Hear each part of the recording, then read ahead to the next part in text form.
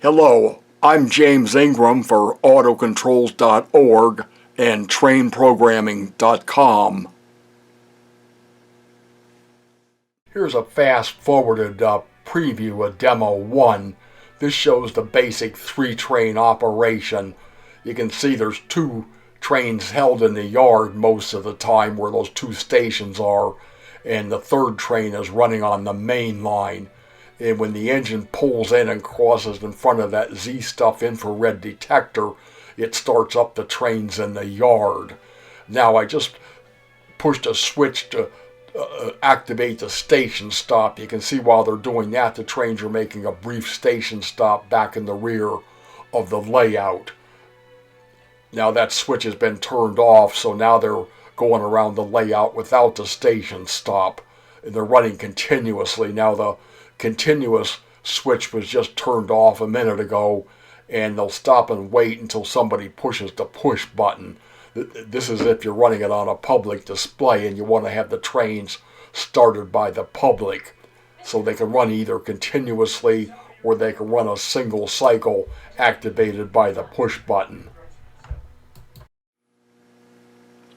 And please note, this automatic control system you're seeing is not limited to just your 3-rail O-gauge trains. It'll work for your N-gauge, HO, S, 2-rail O, and large-scale trains. Really any manufacturer in the world that hasn't trapped you into a proprietary control system. Now here's a variation of the 3-train operation.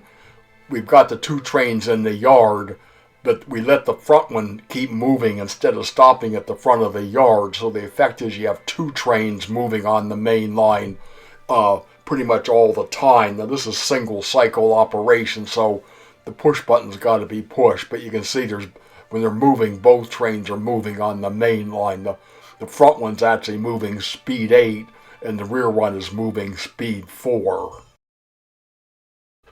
Now here's a fast-forwarded preview of 2-train operation. We can run any 2 of those 3 trains we want as long as we run them in the same order as they were when we were running the 3 trains. And you can also, if you want to just run 2 trains, you can do this on quite a bit smaller loop also. And again, here we're running single cycle operation. You can see they're doing a single cycle, then they stop and wait till the button's pushed again. Finally, here's a single train running. It'll make a cycle around, make a loop around the layout and stop and wait with its lights on and its sound on till somebody pushes the button again. Here's previous video number 827 made back in year 2021. Showing 3 N-gauge Locos running on the same track. That was a similar control system, but this system used in this O-gauge video is just a little bit better.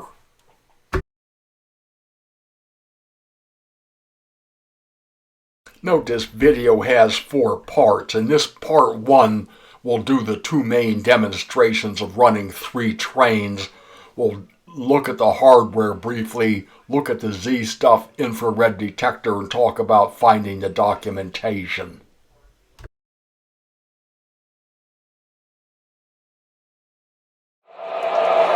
We've got this button here for the public. It says push 1 second and release. So a member of the public can push this button and that'll start the trains up.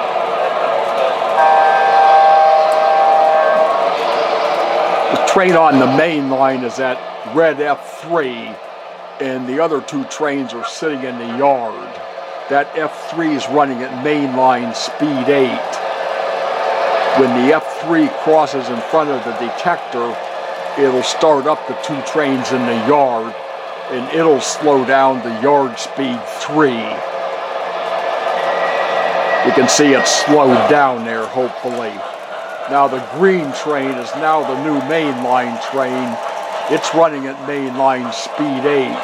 That steam engine's pulling up at yard speed 4. Now they'll stop and wait until the green train comes around and pulls in front of the detector. So again, we basically have two trains sitting in the yard most of the time, and we have a train out on the main line. If you had a bigger layout than mine, you'd have a longer main line run.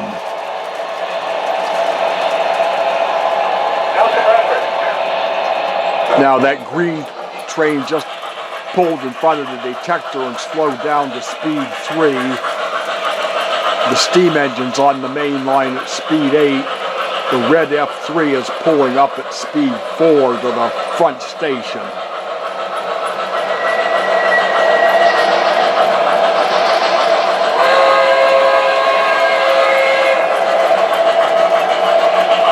Now we had the continuous run switch closed.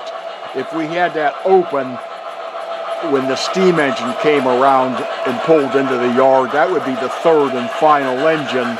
They would all stop and wait until somebody pushed the button again. But we had the repeat button closed, which will cause them to run continuously.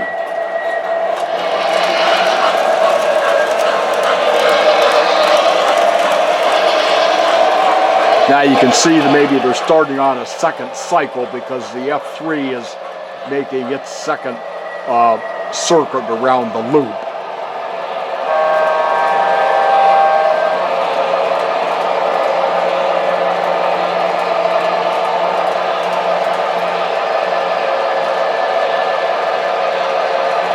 Now we'll close the station stop switch.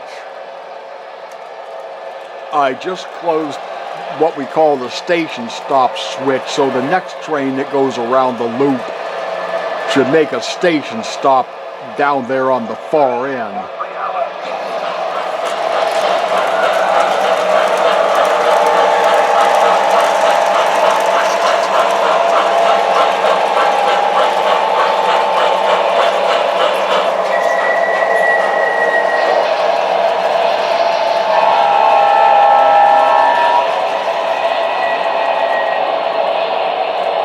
You can see the green train is making a station stop back at the rear corner of the layout for a few seconds.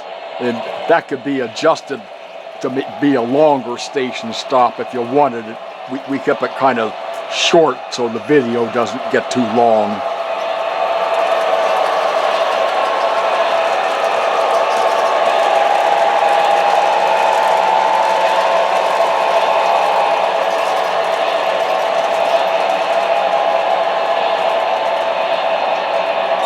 Okay, the green engine slowed down to speed 3.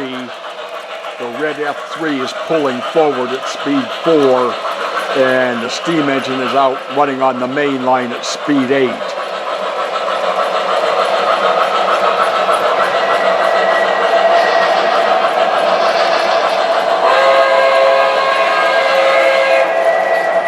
To achieve that station stop, we're just using a time delay in the controller to run it so many seconds and stop it. If you wanted a really precise location for where you stopped, you could put another detector in the track.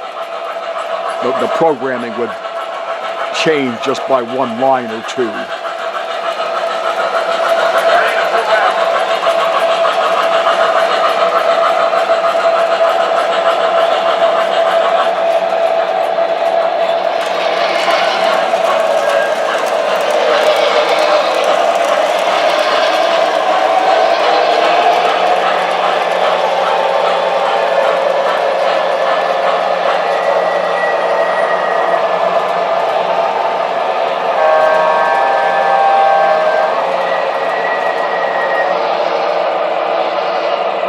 Now there's the red F3 making a station stop again for a few seconds.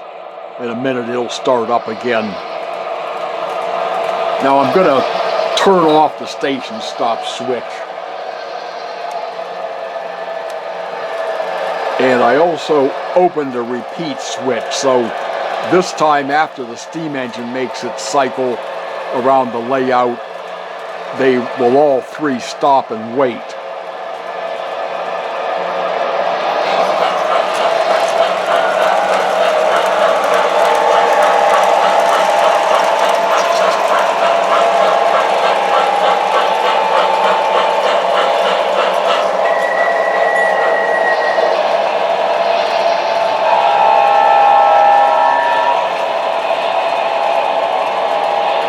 Now we've got the whistle out on the main line, but no longer the station stop. And we can suppress the whistle also. For example, if these were running somewhere and the whistle bothered somebody because of the sound, we can turn the whistle off. In fact, let's do that. Take a look at the general order.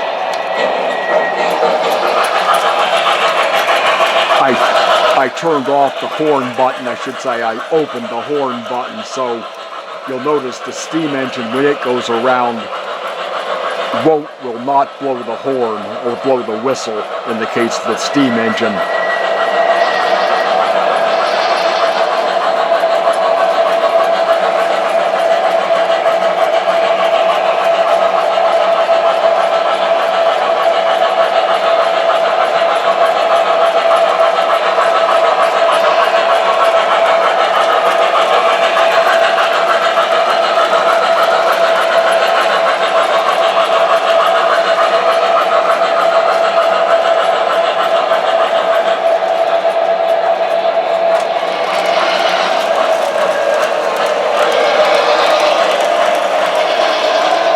Now the steam engine is the final engine to run, and since the repeat switch is now open, you can see what happened. All three trains stopped.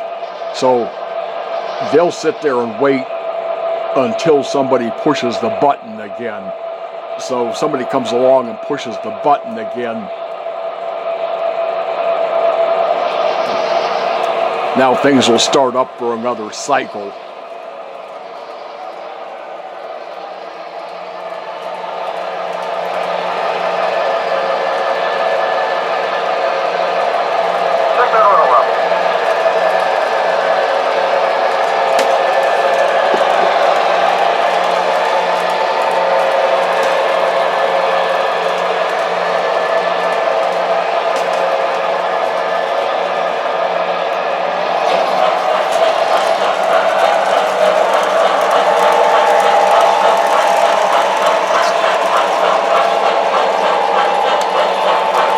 I just threw the button to turn the horn back on.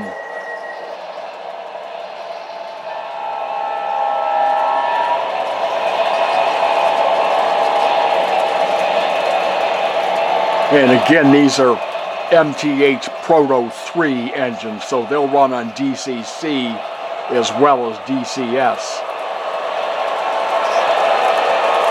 I don't think you can set up this kind of a control system on DCS, but you, obviously, as you're seeing here, you can do it with DCC.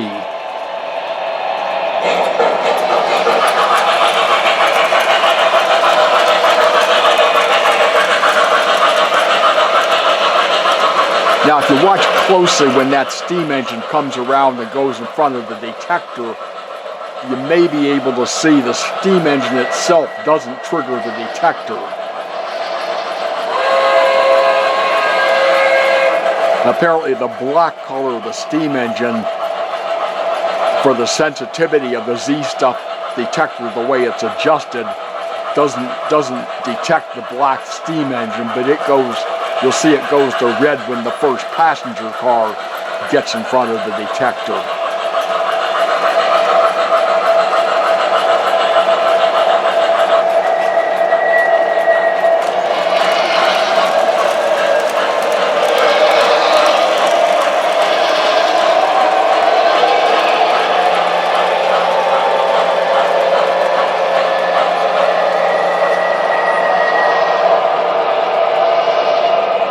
There, they just completed a cycle, so again, they'll sit and wait.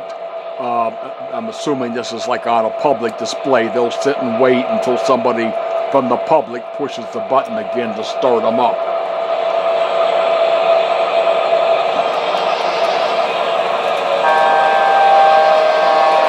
And now you can see they're starting up, running still another cycle.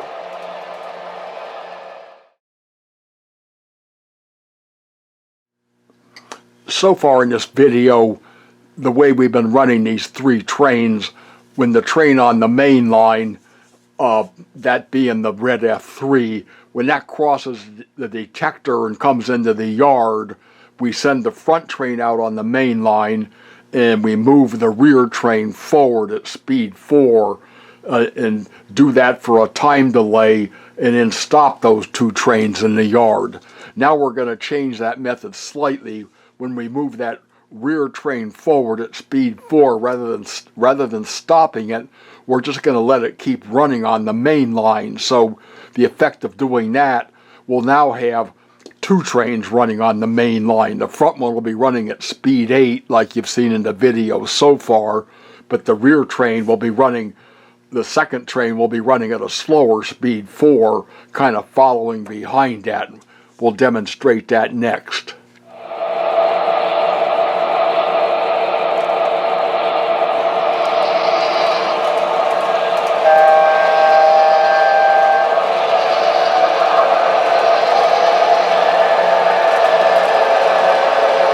Alright, the F3 diesel, the red diesel, is headed towards the detector.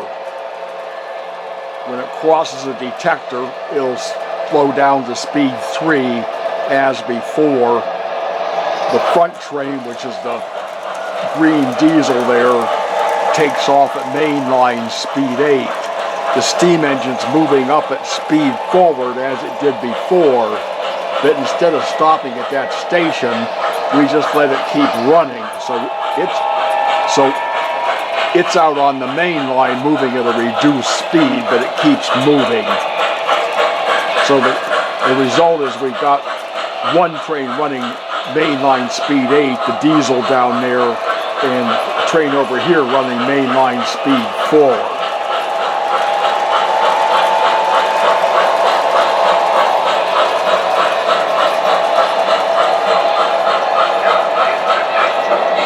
Now when that diesel crossed in front of the detector, it slowed down to 3, and the controller speeded the steam engine up to mainline speed 8.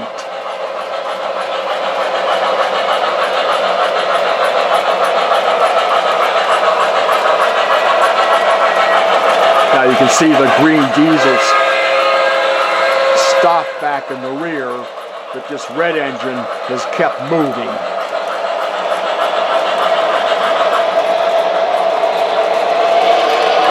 And you can see when the steam engine crossed the detector, that red F3 speeded up from speed 4 to speed 8. We have to make sure when we're executing a time delay, now there everything's stopped because we have the repeat switch open, but let's run that another cycle. We just have to make sure that any one of the engines doesn't reach the detector too soon behind the previous engine, because the controller has to be looking for that train, so to speak. So it has to be done executing any time delays. And again, we've got this train departing at speed 8, the steam engine moving up at speed 4. And that in the previous video part, it stopped at the station, but now we don't stop it, we just let it continue to run.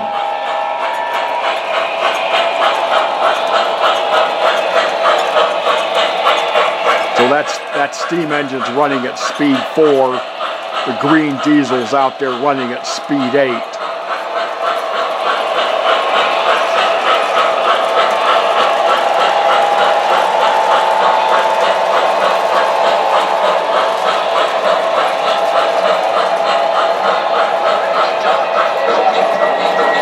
Now you can see that when the green diesel crossed in front of the detector, the controller speeded the steam engine up to speed 8.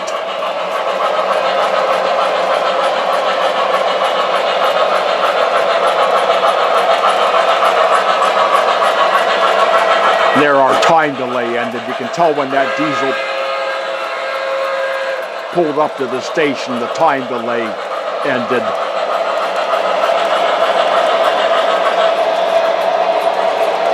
Now the steam engine's the third engine to come around the main line. That's the last engine. I got the repeat switch open, so when that pulls up to the station, everything will stop again. And again, those trains will sit there and wait until somebody pushes the button again, and they'll continue operation. Now they're starting up for a third cycle, and if we close the repeat switch, these will just keep running continuously that same way.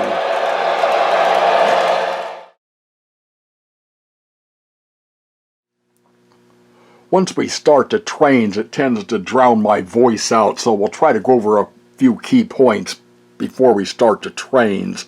What we have here is 3 MTH O-Ga Proto-3 trains being automatically controlled on one simple loop of track. And we're using a DCC Programmable Model Train Controller, which is located over here. It's also known as an NCE DCC Mini-Panel, built right here in the U.S. In Rochester, New York area. And things to note, we've got no blocks on this loop. There's just one power feed over here, and you can see there's several other power connectors, but there's no wires going to them. They're just to double check that we got power going to that part of the layout. And there's no blocks, and we're using a single Z-Stuff infrared detector, which is located down there. And our method basically is we hold 2 trains stopped in the yard, and we have 1 train running on the main line. And what we're calling the yard is over by these 2 stations. You can see the green diesel and the steam engine. They're parked in what we call the yard. And that F3 out there is running on what we call the main line. And when the main line train enters the yard, and that happens when it crosses in front of the Z-Stuff detector, we reduce the main line's train speed from main line speed 8 down to yard speed 3, and then we start the 2 trains in the yard. We start the front train up at main line speed 8, and we start the rear train up at yard speed 4.